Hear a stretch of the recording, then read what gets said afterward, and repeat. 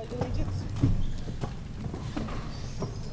I pledge allegiance to the flag of the United States of America and to the republic for which it stands, one nation, under God, indivisible, with liberty and justice for all. Thank you.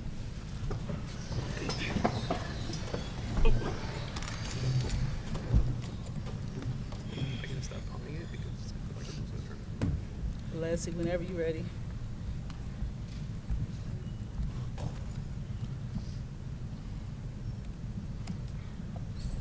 Mark DePace. Here. Amanda Grubler. Here. Kirsten Gustafson. Here. Willette Jones. Here. Calvin Lewis. Matthew Macker. Here. Lakia Walker. Here. Thank you. I'd like to make a motion to accept the agenda as presented. Second. All in favor? Okay. Student representative report. Hello, everyone. Hi. You have to bring the microphones closer to your eyes when you speak into them. Hello? Oh, okay. So, since February break, we've had a couple events. On the Friday before February break, we had our school talent show. Went very well. People enjoyed it a lot. The class of 27 also held a bake sale for Valentine's Day before break. And National Honor Society had a very successful pretzel sale. They made the pretzels themselves and sold them during lunch and after school to teachers and students. As for upcoming stuff, we have a varsity club basketball tournament on March 11th called Go to the Court. We have a student council dodgeball tournament on March 14th. And, yesterday, today, and tomorrow, at lunch, there's a pickleball tournament for juniors, seniors, and staff. The finals are tomorrow, but we've had 2 rounds of play today and yesterday. As for clubs, Model UN is hosting an adult Model UN on March 8th, which is next Saturday, which you all are invited to attend. There's a QR code which you can sign up if you are interested. And mock trials first competition will be in 2 Tuesdays, so March 11th. And Environ has begun working on their oral presentation. We have some presentations on the clubs, so you'll learn more about that in a little bit. And next week is also all county. All of the county's top band players will be coming here and performing here. There will be a rehearsal on Wednesday and a final performance on Friday, as well as another rehearsal. And I think that's it. Thank you very much. Thank you. Thank you. Okay, presentations. High school club presentations. Mock trial, Model UN.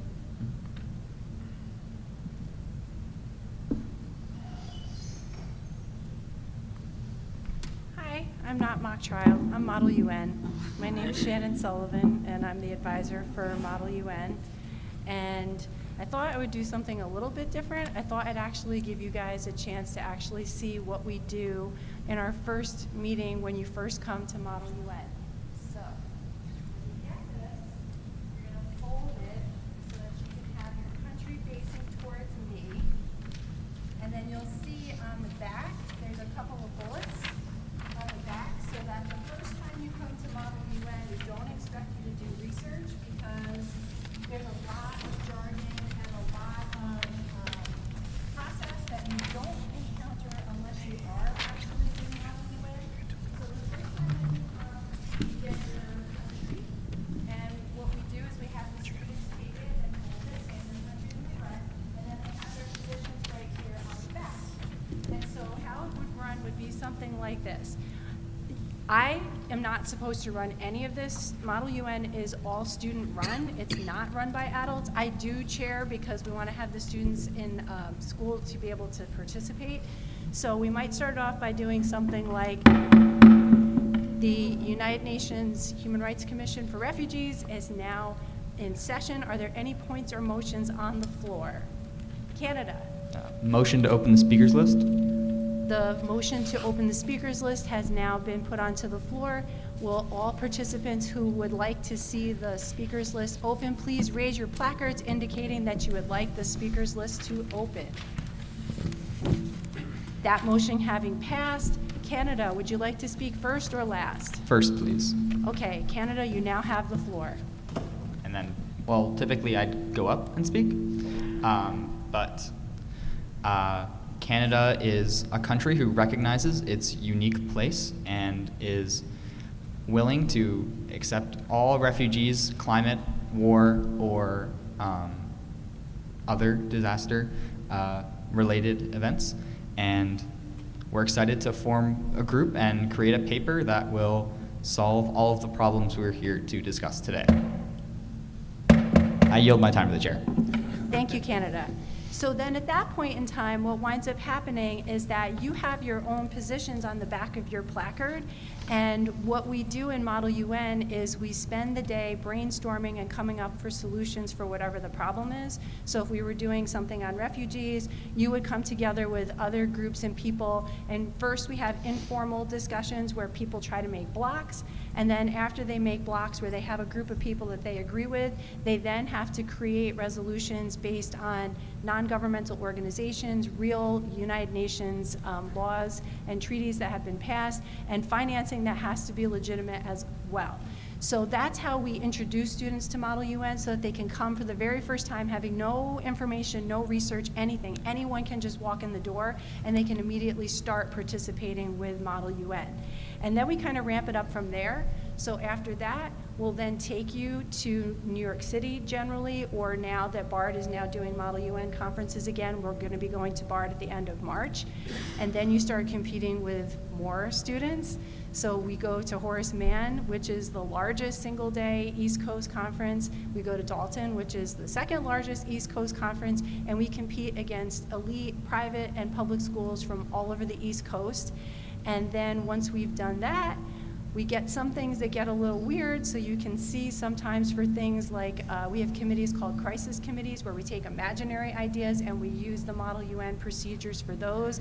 This is one for the Hogwarts one at Dalton. This is in Manhattan, where delegates were trying to organize to save Hogwarts, and they had Dumbledore's army versus, I forget the other side. So things can sometimes get less UN looking. We've hosted Model UNs here at Hudson before. We've had 5 schools here, and speakers come up from the United Nations to come and speak, and we've competed for prizes for with other schools around the country.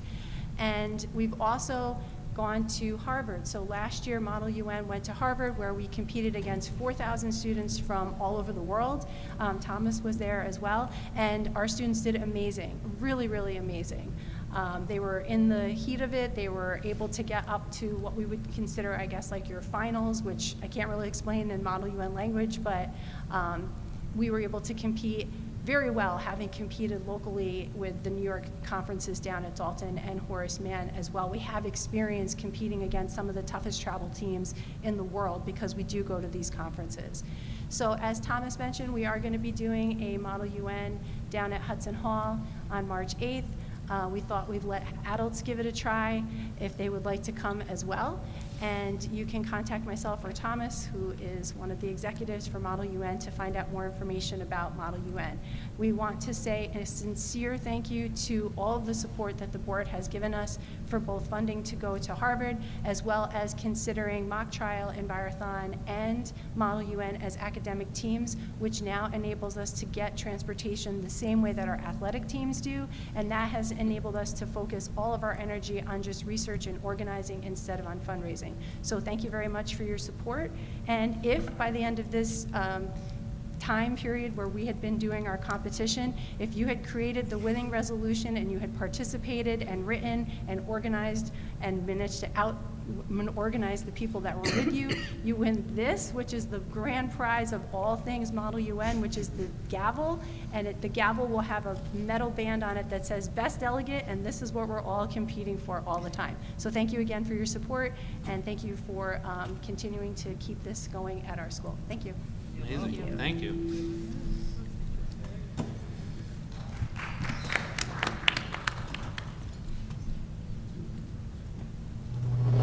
How many students are in Model UN? Like one and all, it fluctuates because you can kind of come and go, in the organization. Great. And it starts in 9th grade? Yes. Awesome. Some schools have a junior Model UN, which can have separate conferences, but we don't have that. Gotcha. All right, so now I'm going to talk about our school's mock trial team.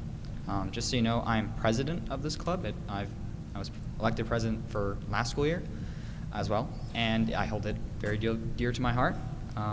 So first I'll explain what it is, the rules and procedure of it, and then I'll talk about how our club runs and the history of our club.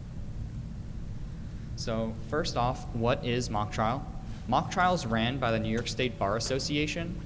Our county is run by a county coordinator, and students engage in competitions for points over a case that the New York State Bar Association sends out.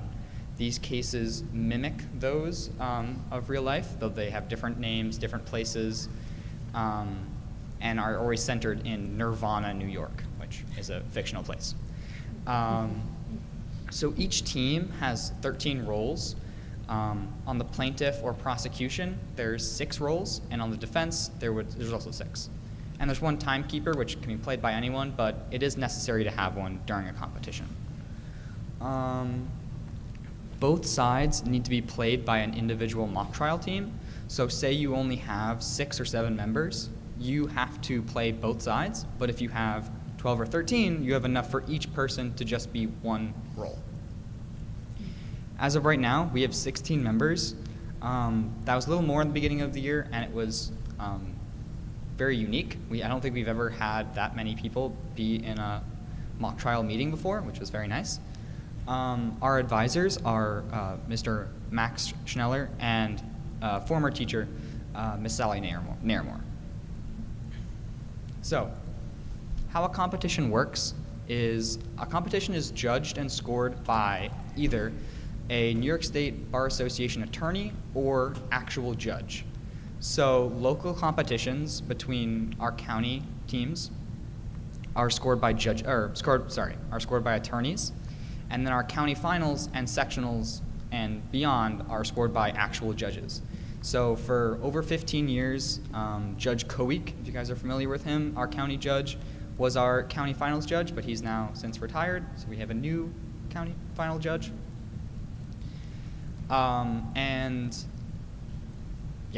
So one side from each school, that either being plaintiff or defense, goes into the competition against another school's plaintiff or defense.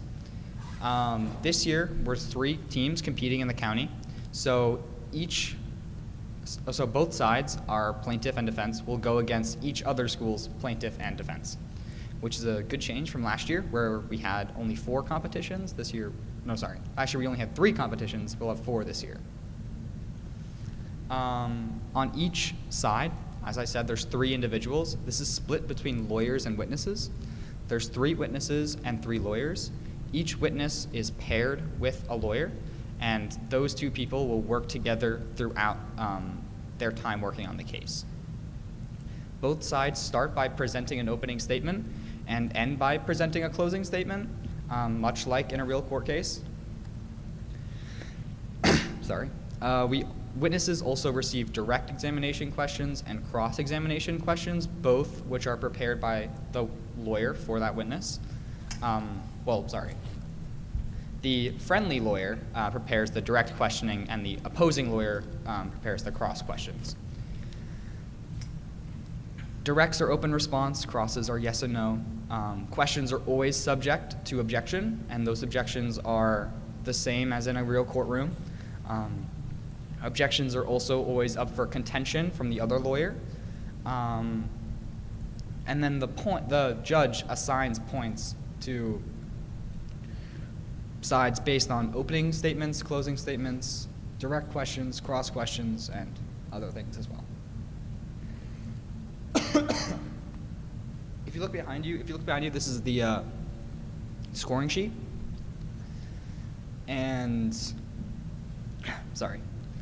The judge will fill this out while the competition is going, and at the very end, whoever has the most points wins.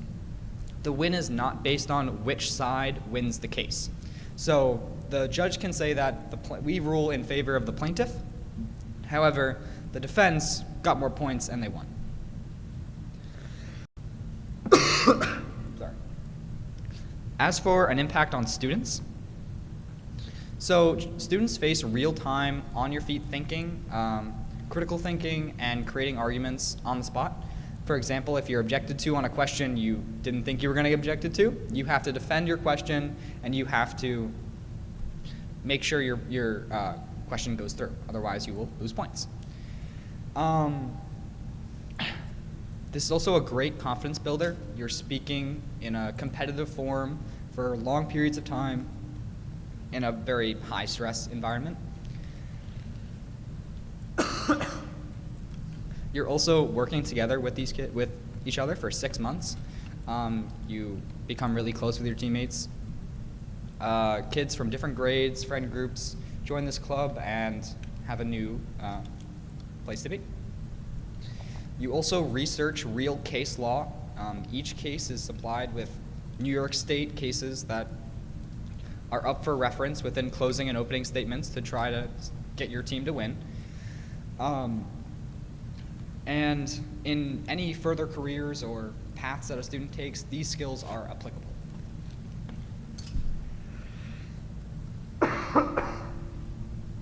As for meetings, lawyers and witnesses run their directs countless times, practicing and preparing for an actual trial. These questions are, prepared for months in advance of the first competition, but every school goes about this case in a completely different way, and it's always fun to see how you thought this was the only way something could be done, and then you get into competition and someone took it a completely different way. Everyone has the same case, same details, but it's really cool, actually. As for our schedule, we typically meet on Mondays, but with our competitions being so soon, March 11th again, our first one, we meet much more frequently. We have one this Wednesday, one next Monday, and then Thursday again. So we're meeting a lot. And then as for our goals and achievements, mock trial at Hudson has been a team for over 20 years. Miss Naramore, who's one of our current advisors, has been an advisor for 20 years. And we are the only team that has remained consistent for this long within our area. So Coxsackie has had a team. They don't anymore. Taconic had one a couple years ago. They don't. Wyndham Ashlet Jewett has been pretty consistent, as well as now we just had Pine Plains from Dutchess County start competing because they're closer to us. So. And our goal for this year is to make it to sectionals. 2 years ago, we made it to sectionals, and we've also been a couple other times. Sectionals is really competitive. We're competing against a lot really big private schools who have a lot more resources, a lot more access to actual attorneys and judges to come and help them. But it's always really awesome to compete against them because we're not on a different level. They're not somehow leagues ahead of us. We've gone very close. 2 years in sectionals. We made it to the end of it. So it's like a day where you run 2 trials, and you can either be kicked out after the first one or stay until the second one, and we stayed, which was really fun. But we hope to make it back this year again. All right. And any questions? So each competition you do the same case? Yeah, each competition we do the same case, and then the next year it'll be a new case. It also switches between civil and criminal. This year it's a civil case, next year it'll be criminal. Gotcha. And so does your strategy evolve from competition to competition? Yes, absolutely. I remember we entered a case, I think it was last year, but we had our first competition and it didn't go very well, and we had to completely restructure that side's argument. And it also helped our other side because they now had new ideas from the other team. So, yes. All right. Thank you very much. Thank you. Thank you.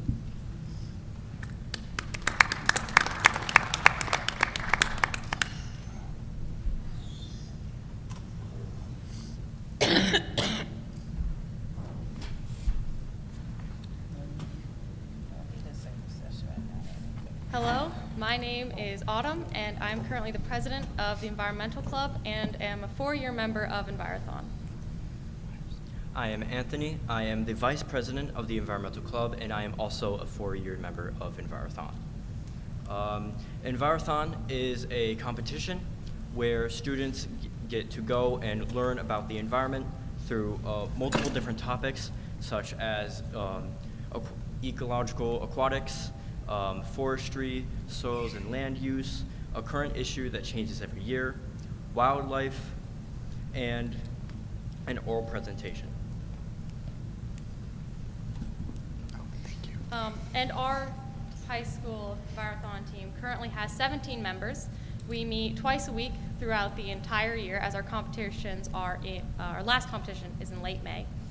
And our advisor, Mr. McDarby, who is our beloved science teacher, every meeting we meet, he teaches us about the different topics that we need to learn with study guides that he personally took his time to create. And we also have opportunities through problem solving and working as a group. And the oral presentation, as you can see behind you, is one of the most difficult aspects of the Envirathon competition. We are given a problem based on a real-life, current, pressing environmental issue, and we need to come up with a solution to it. And every year it is based on that year's current issue.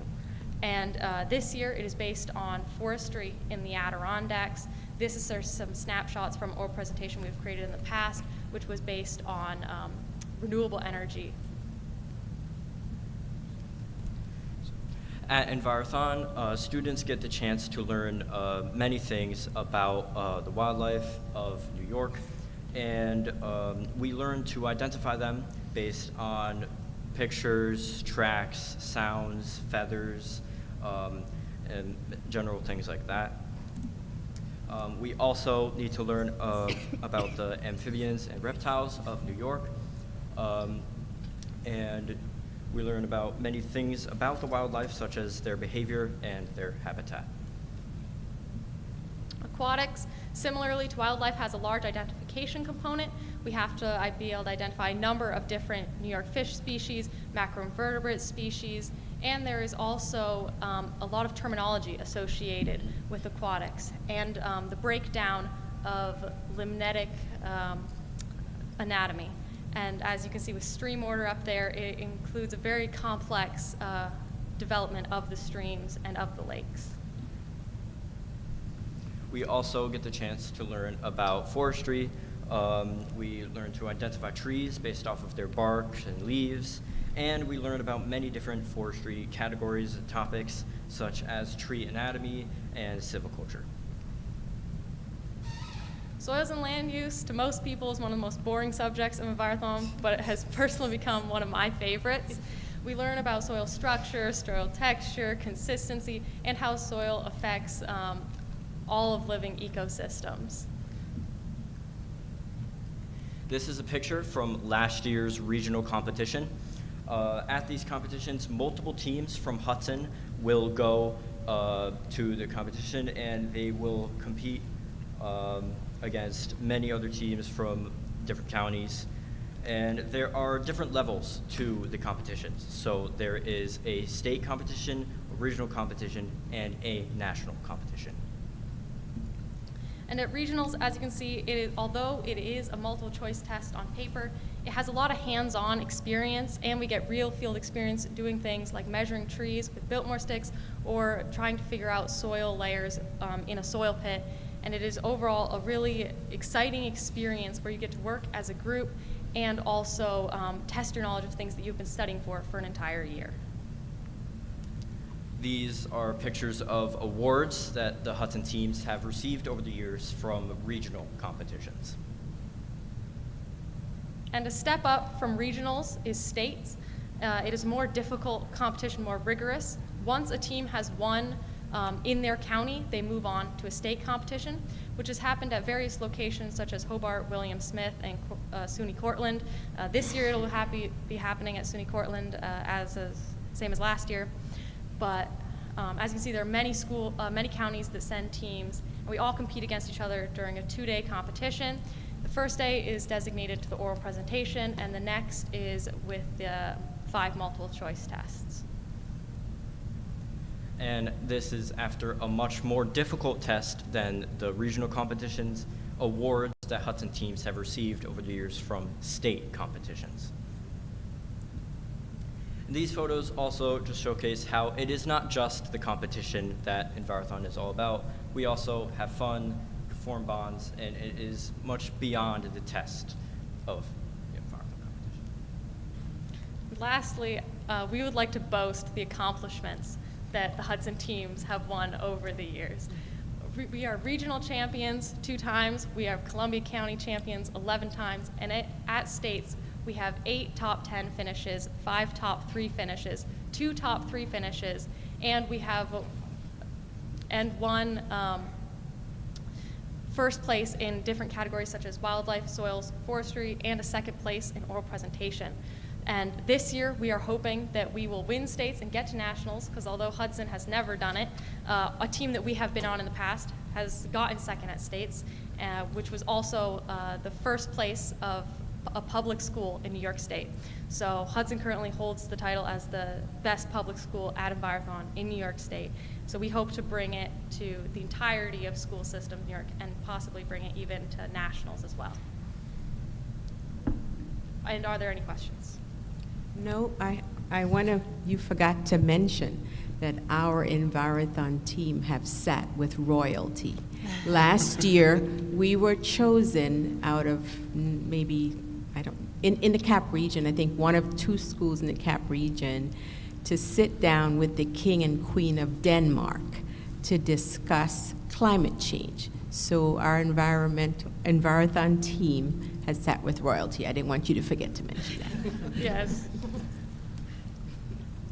No, it's very impressive, and good luck at all your competitions this year. Thank you for being here. Thank you.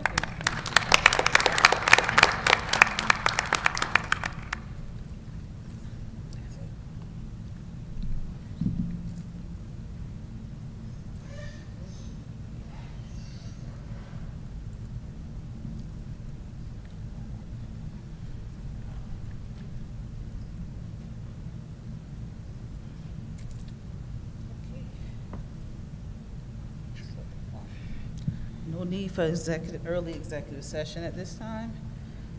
I'd like to make a motion to accept personnel agendas items A1 through 5. Second. All in favor? Thank you. Okay, welcome new staff. None? Then old business, policy committee and a number of our administrators are currently reviewing policy 5300. All faculty have been given the opportunity to give feedback on segments of the policy. There's a code of conduct that's rather lengthy.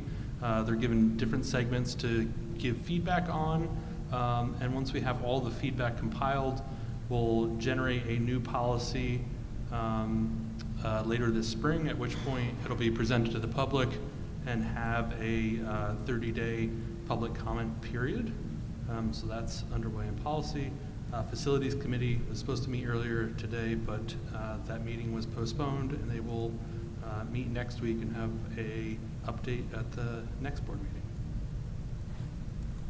Okay, thank you. Leslie, public forum. We have Kiara Rivera. We're about to convene into the public comment period of our meeting, although state law does not require us to hold a public comment period. We've chosen to do so because we believe it's crucial for us to hear from members of our community. Having said that, please note the board is here to listen. The public comment period is not designed to be a discussion. Don't expect the board to respond to your concerns or questions tonight. We take these concerns and questions seriously, and we'll have the proper staff member or administrator get back to you at the appropriate time. Under state and federal privacy laws, we're unable to entertain any comments or questions about school personnel. Each speaker receives 3 minutes. Thank you. My name is Kiara Rivera. I'm a senior at Hudson. I've been involved in the music program. I was put in band in 4th grade, and I've pretty much been paving the way since. I joined choir in 6th grade, and then took a bit of a pause because of scheduling issues. I wasn't able to be put into choir 9th and 10th grade, but 11th and 12th I was able to be back in. Today I have prepared something to share my personal experience with being in the music program. This basically 6-7 years. I've been prepared. Throughout my time at Hudson High, I've been both personally affected and have seen others around me affected by scheduling conflicts surrounding music. Both the wind ensemble and jazz band are substantially smaller compared to last year, and students were not able to join, some students were not able to join choir, concert choir, or select choir that was recently brought to the schedule this year, which I'm very grateful for. Not because of lack of student participation, but because it didn't fit in their schedule. I understand that there won't be enough room in a student's schedule for every class that they'd like to take. However, I believe we should do something to ensure that students who are highly interested in music are able to fit music into their schedule, especially students who plan on pursuing music in the future. As someone who plans on pursuing music education and is currently going through the audition process as an instrument student, there were many ways I could have been more prepared for my college auditions. Certain colleges require that you take oral skills, sight reading, or sight singing tests as part of the audition. I have never taken a music theory class, which puts me, along with other students pursuing music, at a significant disadvantage. I bring this forward today because I am just a student. I know my position, and I know that I don't have the experience or knowledge to solve these issues. All I know is what I have observed, and all I can do is bring it to your attention. We already have incredibly talented kids with such deep-seated connections to music in this program, and there are plenty more throughout the school that would love to be involved in band and choir if given the opportunity. The following, I have some bullet points of how music helps teens, according to the NIH and other reputable sources. It aids cognitive development, aids motor dexterity, allows for emotional regulation, less stress, freedom of creative expression, and a source of coping with difficult situations. And this was my personal, but music is a universal language. Music can help students make new friends, make new connections. I have made more than a handful of friends that I am near and dear to today because of the music program. And because of the experience. And now I have a reflection from another peer of mine who's also in the play. Her name's Cadence Weiss. Sorry. You can keep going. On a personal level, music has helped me to better my focus and teach me discipline. Music helps me grow through my feelings. When I feel anxious, I play music to tone out my thoughts or worries. During band and music classes, you can learn how music can be made and how rhythms are formed. This is very common information, but as a person who has grown through music in band, drama club, and dance, because she's also a dancer throughout the community, it has helped with coordination and memory. Not only is the program incredibly fun, but it has also helped my performance in core classes, as it helps to promote your memory, because in band and music classes you have to memorize songs, just like memorizing notes in a history or science class. That's all I have prepared. Thank you. Oh, thank You. you. We appreciate you being here. Sorry, just real quick. as Kiara's equal in the fact that I also went through the audition process this year, I would like to validate the fact that not receiving certain musical training puts students at a disadvantage when trying to audition for music schools. There are specific requirements for specific schools that vary. However, they all would be met with one music theory class. Within the past couple of years, our music theory class hasn't reached the numbers of participants or signups to have a actual class within the schedule. And there's also been a lot of scheduling conflicts with the music theory class. But it is important for a group of students' progression after high school. Thank you. Thank you. Next we have Usha Baroud.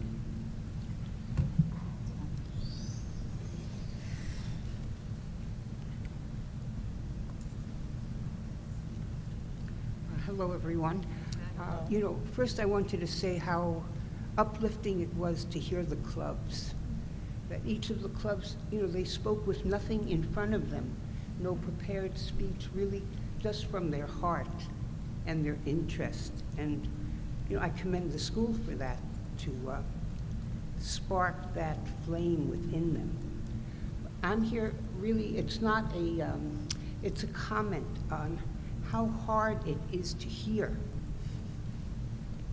I sit in all different places every meeting, and I said, well, it's me because I'm old. But I started to ask, do you hear? Do you hear? And most people have told me, no, we really don't hear well. And the last meeting, when they made the presentation for the public school, we could hardly hear anything. They spoke quickly, but the system has to be improved. I don't know if we need to be over there where you project out, but there's something wrong, okay? All right, thank you. Yeah, we'll try and perfect our sound. That's it. That's it. Okay, thank you. Thank you all.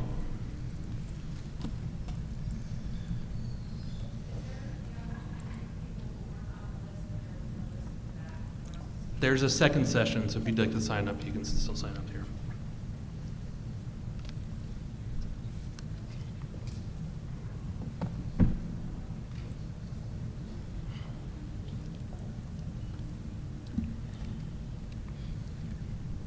Good evening.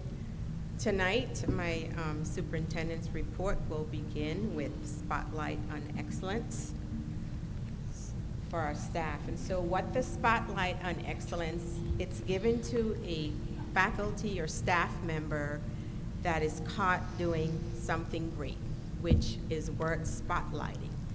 And so tonight, there's a few names that I have. Now, everyone was invited. Some people couldn't make it, but I will still go through the list and speak about every staff member. And then tomorrow, what I'll do is find that staff member and get a picture with, if it's a teacher with their class or colleagues. So the first person that is receiving a Spotlight on Excellence tonight is Christopher Pirro. And so this has been given to Mr. Pirro, or Chris as we call him, because of all of the hard work that he completed during the time when we didn't have a payroll clerk. Chris grabbed the payroll by the helm and really helped us through, where he supported to make sure that everyone was paid on time, etc. And he continues to give his support where he's needed. He is very much a team player. Katarina Pullen, I'm not sure if she's here. So this Spotlight on Excellence is given to Ms. Pullen because when I walk around and I visit the classes, there's always something happening within her class that is worth spotlighting. So whether students are integrating technology or they're just having conversations, I have seen that in her classroom, and she's receiving a spotlight on excellence, and she's the junior high school teacher. Ms. Schmidt, our special education teacher. Ms. Schmidt is receiving this spotlight on excellence. You talk about a teacher who goes 110% for her students. She's a risk taker. She does whatever it takes for her students to make sure that they're successful. And she will advocate, advocate, advocate to the end. And so Ms. Schmidt deserves a spotlight on excellence tonight, and she did tell me she couldn't be here tonight. Ms. Spanakos, another teacher who, she's not here tonight. This is another teacher who advocates consistently for her students, who, has relationships with her students, who makes sure that her students get whatever support they need to be successful in that classroom. And Ms. Spanakos is also a team player. She volunteers for just about every committee. She works our Saturday STEM program. So she's very, very much a teacher who consistently is involved and, like I said, advocates for her students and deserves a Spotlight on Excellence Award. April Carrascal is our secretary at the elementary school. So why is she receiving a Spotlight on Excellence? Well, we needed to clean up some information in the HR department with whether it be attendance matters for staff or for, but April took this by the helm on her own. She was one, along with another employee, and they were able to help us catch up on the HR areas that we needed to, things that needed to be done urgently. Also, Tracy Gaffney gets a Spotlight on Excellence for this because she went through and made sure all of the teachers' attendance, et cetera, was updated. We had a little bit of snafu with WinCap when things were switched over, and so Tracy went above and beyond to get that done. This award, the next one has been given to Miss Carrie Patch. She couldn't be here tonight, but she'll be at the next one, so I'm just gonna wait till the next one to talk about her, at the next board meeting. Aurelis Soto, our business office assistant, also above and beyond to help us through the transition of the business official. And Ms. Soto wears many hats. She's also been there to help us above and beyond within the transportation department.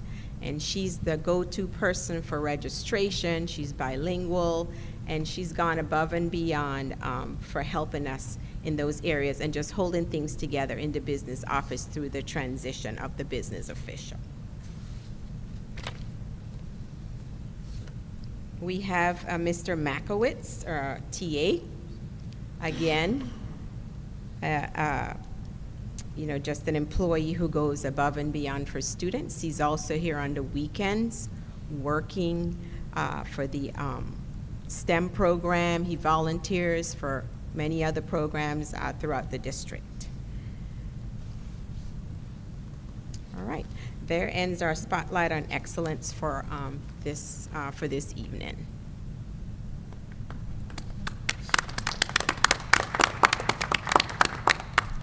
So spring sports, our registration is now open. You can register for students on Activate online, and then the sports will begin March 17th with the modified beginning on Monday, March 24th. And you can check the website for more information. So I saw the most exciting, invigorating talent show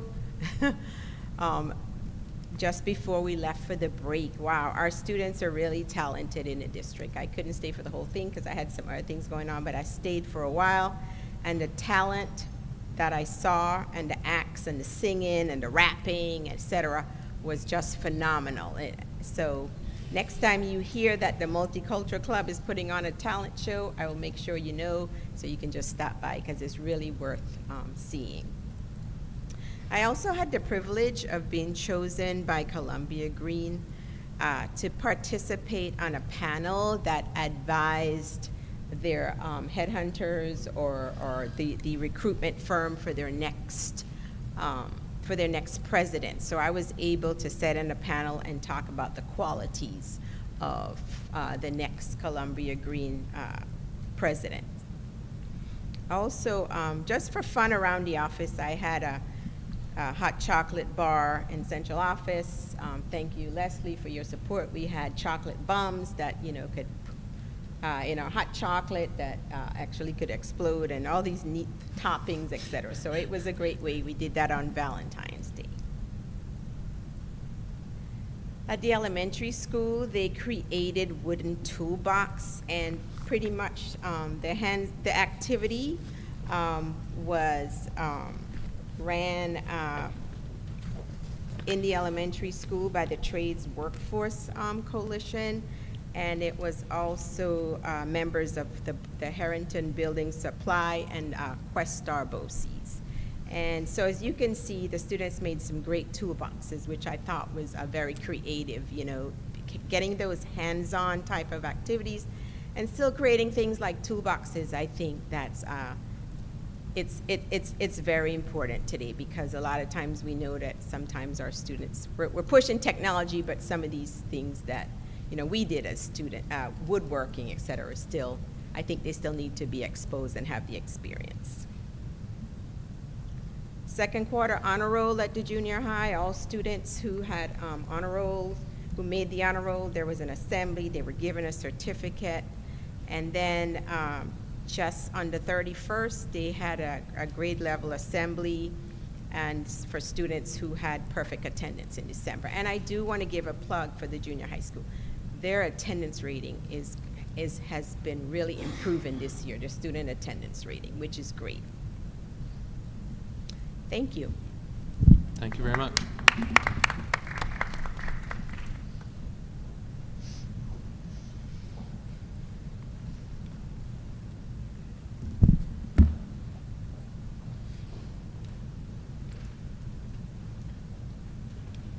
Okay, consensus item.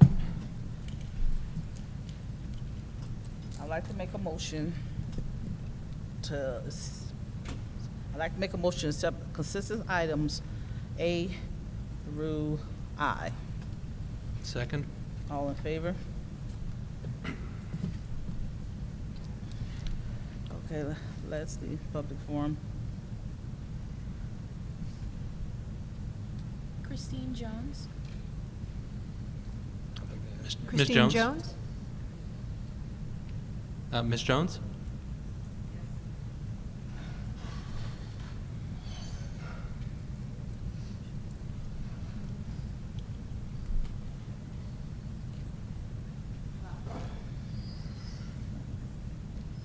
Thank you.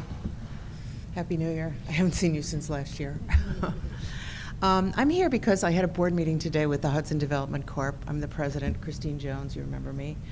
And the board is curious about your reaction to our proposal in December, on December 10th, at the executive session since we were not moving forward with purchasing the building, but we asked if you would consider collaborating with us to remediate the building. And work together to do that, to get state and local grants. And we have not heard from you, so I thought I would check in and see if someone could, I know you don't answer questions here, but if someone could get back to me with some sort of communication on your thinking about that, we would appreciate that. Understood. Okay. We can get back to you. Yep, Okay, great. absolutely. Thank you.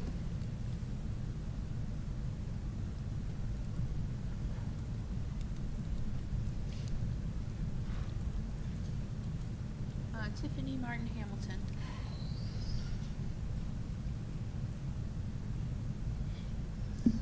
Tiffany Martin. I am a parent of 2 students in this district, and as I understand it, the code of conduct is currently being rewritten, which is very interesting to me, considering the fact that it was suggested by one of your administrators last year that I sit on the Code of Conduct Committee. Nonetheless, I was excluded, not shockingly. I would like to say that I know that dress code is being discussed, and it seems rather subjective. I don't know who determines what's appropriate and what's inappropriate, but I would think that it would be in the student's best interest, unless it is something that is absolutely scandalous, to be comfortable rather than be singled out and sent home. But I wanted to go a little bit deeper into the superintendent's conference, which Dr. Penniman, I know you no longer do, as prior superintendents did. But that's something else that's being discussed. And something that I would like to bring up is that students with disabilities, whether they have IEPs or 504s, in particular with the 504, are given the opportunity to have a manifestation meeting during the conference. Interestingly, though, as someone who has been through this process, first there's the hearing, where the student with a disability, maybe a disability for, I don't know, let's call it anxiety, is seated before an attorney from Questar online and questioned and told at the end that they are either, there is a determination at the end. Let's call it, we find you guilty. The student, who then has anxiety, is falling apart. Then the manifestation committee comes in and has the meeting and determines if the disability is somehow tied or if the occurrence was a manifestation of the disability. And the parent is, or whomever, is then forced to, or put in a position very quickly to tie that together. It would seem to me, as it was in the past, from my time on the board, that the manifestation committee would meet first to shield the student who has this disability from that kind of trauma of having to actually sit through a hearing before it's determined whether or not what happened was an outward manifestation of their disability. So I'm just going to say that. I find it concerning that, I know my 3 minutes is up, but I'm just going to keep talking until somebody boots me out. I find it very concerning that when I am specifically asked by administrators or a recommendation is made that I should sit and help rewrite the code of conduct or be on that committee, that I am no longer invited to the table because I'm considered to be one of those parents that, you know, when you draw the short straw, you're the one who has to call me that day. Very disturbing. I can tell you the policy committee meetings are open to the public. You're welcome to attend any of those meetings. Right, I understand that, but I wanted to be on the committee, and that was offered to me. And then no follow-up whatsoever. So that's one thing. I also, the letter that's received by parents who have a child who's going into the superintendent's hearing is full of conflicts. It actually says, it says two very conflicting things in one letter. It says, your student, if the student is found on student property, will be prosecuted to the fullest extent of the law.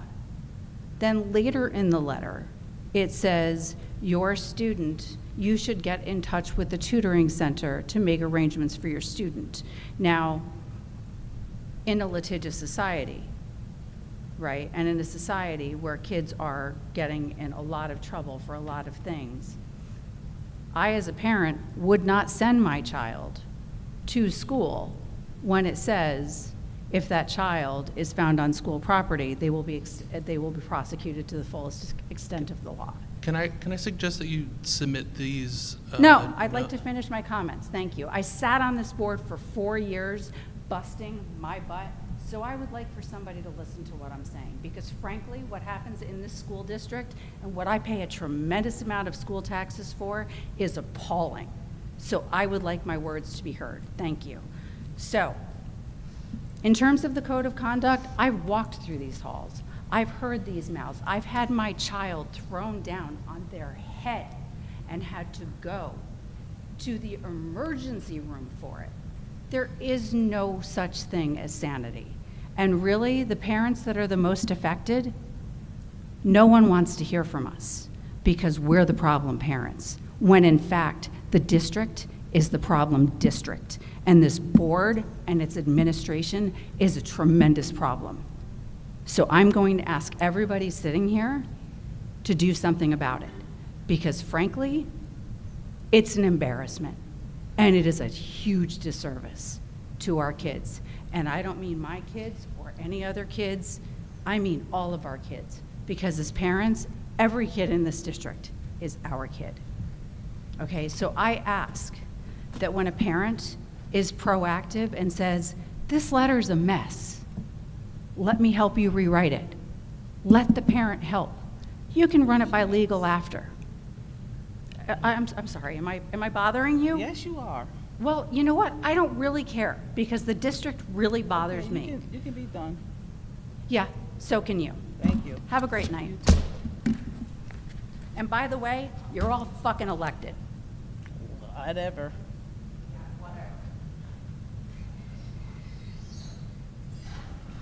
Thanks for doing your jobs.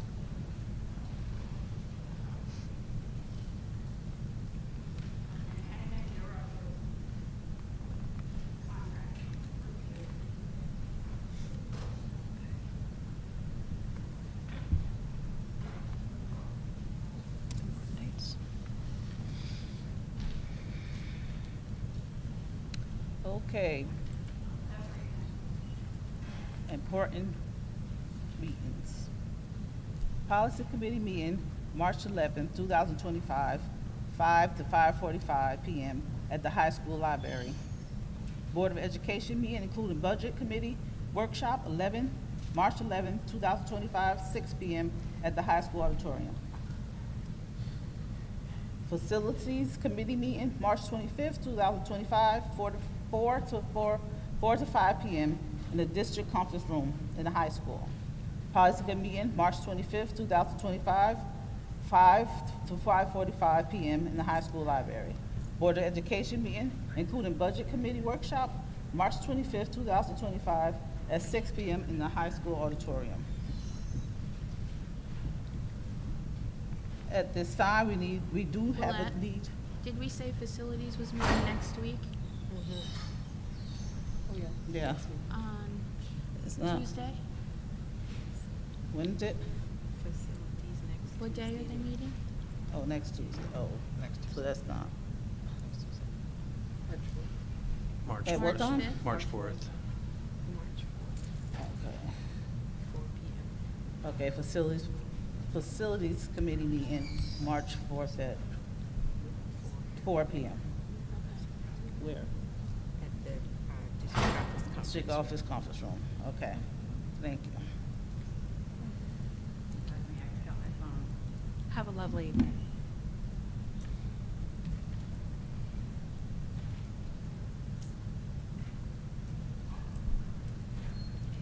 At this time, we have a need for the executive session.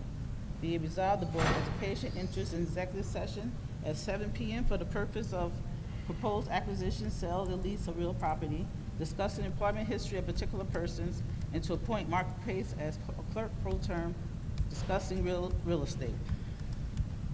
Second? All in favor?